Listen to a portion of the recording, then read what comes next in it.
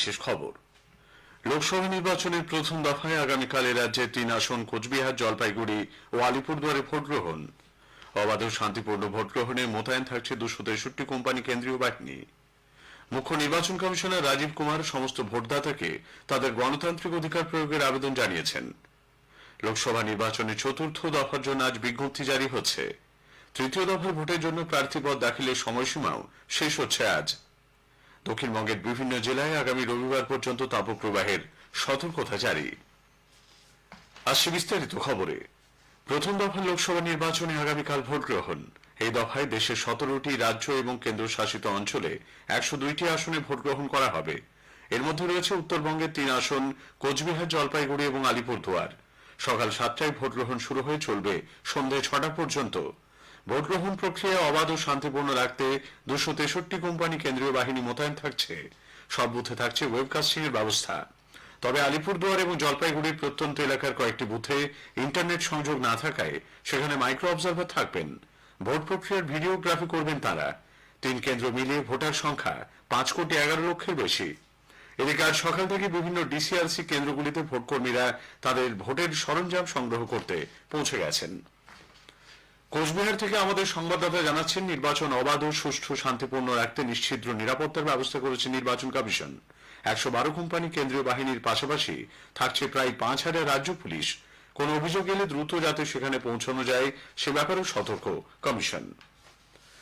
অষ্টাদশ লোকসভা নির্বাচনের প্রাক্কালে মুখ্য নির্বাচন কমিশনার রাজীব কুমার সমস্ত ভোটদাতাকে তাদের গণতান্ত্রিক অধিকার প্রয়োগ করার আবেদন জানিয়েছেন।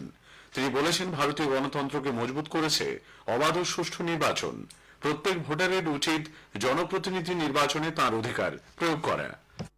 Elections are the most beautiful expression of India's democracy. Nothing like voting. ECI and lakhs of its officials have worked very hard over last 2 years to make your voting experience peaceful, comfortable and pleasant. Friends, I earnestly appeal to you to come out and vote. Get your family and friends to vote. Motivate everyone around you. Be our ambassadors and influencers. I call upon the youth to lead a revolution in electoral participation. Stand up, get counted, make yourself proud, go and vote. এদিকে নির্বাচন commission রাজ্যপালকে Cooch Behar না যাওয়ার অনুরোধ জানিয়ে mail পাঠিয়েছে। কমিশনের বক্তব্য, protocol অনুযায়ী রাজ্যপাল জেলা সফরে গেলে তাকে অভ্যর্থনা করে থাকেন জেলা শাসক বা প্রশাসনের পদাধিকারীরা, কিন্তু নির্বাচনের সময় ভোটের কাজে তারা ব্যস্ত থাকবেন। তাই রাজ্যপালকে কমিশন এই সময় কোচবিহার সফর না করার পরামর্শ দিয়েছে বলে মুখ্য নির্বাচনী আধিকারিকের দপ্তর সূত্রে খবর। নির্বাচন কমিশনের কাছে তৃণমূল কংগ্রেস নেতা উত্তরবঙ্গ উন্নয়ন মন্ত্রী উদয়ন গুহকে ভোটের দিন গৃহবন্দী করে রাখার দাবি জানিয়েছে বিজেপি।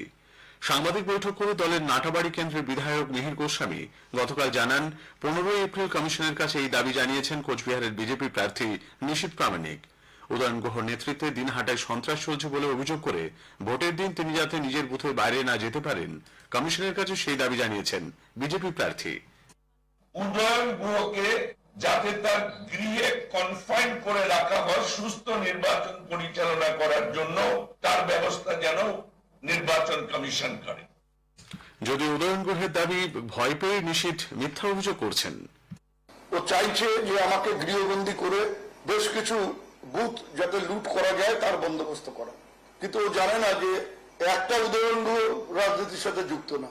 1000-এর উপরে উদয়ন গুহ দিনাটার গ্রামে গঞ্জে আছে, যারা ওর এই বুথ লুট করবার যে চিন্তা ভাবনা সেটাকে রাস্তায় নেমে প্রতিরোধ করবে নির্বাচনের দিন।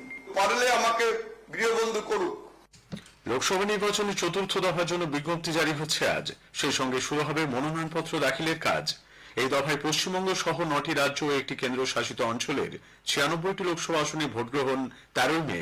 এর মধ্যে রয়েছে পশ্চিমবঙ্গের 8টি আসন বহরমপুর, কৃষ্ণনগর, রানাঘাট, বর্ধমান পূর্ব, বর্ধমান দুর্গাপুর, আসানসোল, বীরভূম ও বোলপুর। 25 এপ্রিল পর্যন্ত মনোনয়নপত্র দাখিল করা যাবে। এদিকে তৃতীয় দফার ভোটের জন্য প্রার্থীপদ দাখিলের সময়সীমাও আজ শেষ হচ্ছে। এই দফায় এই রাজ্যের 4টি সহ 94টি আসনে ভোট গ্রহণ 7 মে। এ রাজ্যের আসনগুলি হল মালদা উত্তর, মালদা দক্ষিণ, জঙ্গিপুর ও মুর্শিদাবাদ। একই সঙ্গে মুর্শিদাবাদের ভগবানগোলা বিধানসভা আসনের উপনির্বাচনেও ওই দিন ভোট নেওয়া হবে। মুখ্যমন্ত্রী মমতা ব্যানার্জি আজ উত্তরবঙ্গে দ্বিতীয় দফার ভোটের প্রচারে অংশ নেবেন। প্রথমে রায়গঞ্জ ও পরে বালুরঘাটে প্রচার করবেন তিনি। এই দুই জায়গাতেই মঙ্গলবার প্রচারে যান প্রধানমন্ত্রী নরেন্দ্র মোদী। পূর্ব বর্ধমানে আজ দলীয় নেতাকর্মীদের সঙ্গে ঘরোয়া বৈঠক করবেন তৃণমূল কংগ্রেসের সাধারণ সম্পাদক অভিষেক বন্দ্যোপাধ্যায়। এদিকে মুর্শিদাবাদ আসনের জন্য আজ মনোনয়নপত্র জমা দেবেন সিপিআইএম এর রাজ্য সম্পাদক মোহাম্মদ সেলিম। বহরমপুরে সেলিমের মনোনয়ন জমা দেওয়ার সময় সেখানে থাকার কথা প্রদেশ কংগ্রেস সভাপতি তথা বহরমপুরের কংগ্রেস প্রার্থী অধীর রঞ্জন চৌধুরীর।